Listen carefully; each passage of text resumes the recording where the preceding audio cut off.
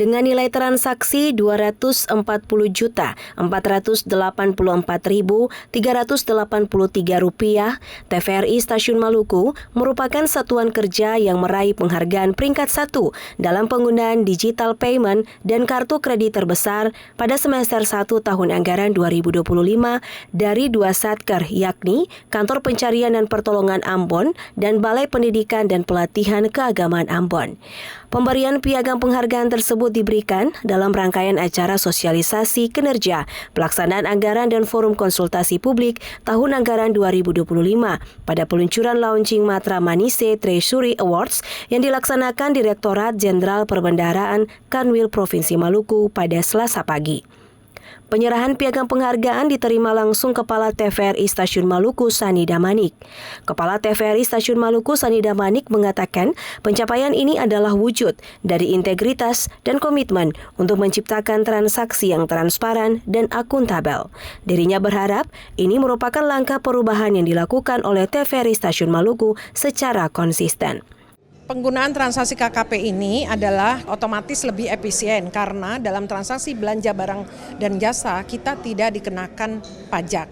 Nah, jadi lebih efisien. Dan terkait dengan belanja BBM kita sudah gunakan transaksi menggunakan online yaitu KKP karena menghindari salah perhitungan seperti kehilangan kupon dan lainnya. Jadi melalui transaksi ini lebih transparan dan lebih terdeteksi jejak digital dari semua transaksi yang kita lakukan. Penghargaan yang diraih dari TVRI Stasiun Maluku mendapat apresiasi tinggi dari Direktorat Jenderal Perbendaharaan Kantor Wilayah Provinsi Maluku. Kepala Kantor Direktorat Jenderal Perbendaharaan Kanwil Provinsi Maluku, Anang Rohmawan mengatakan, ini merupakan pencapaian yang bagus dalam hal mempromosikan layanan digitalisasi agar lebih mudah dalam mengelola anggaran.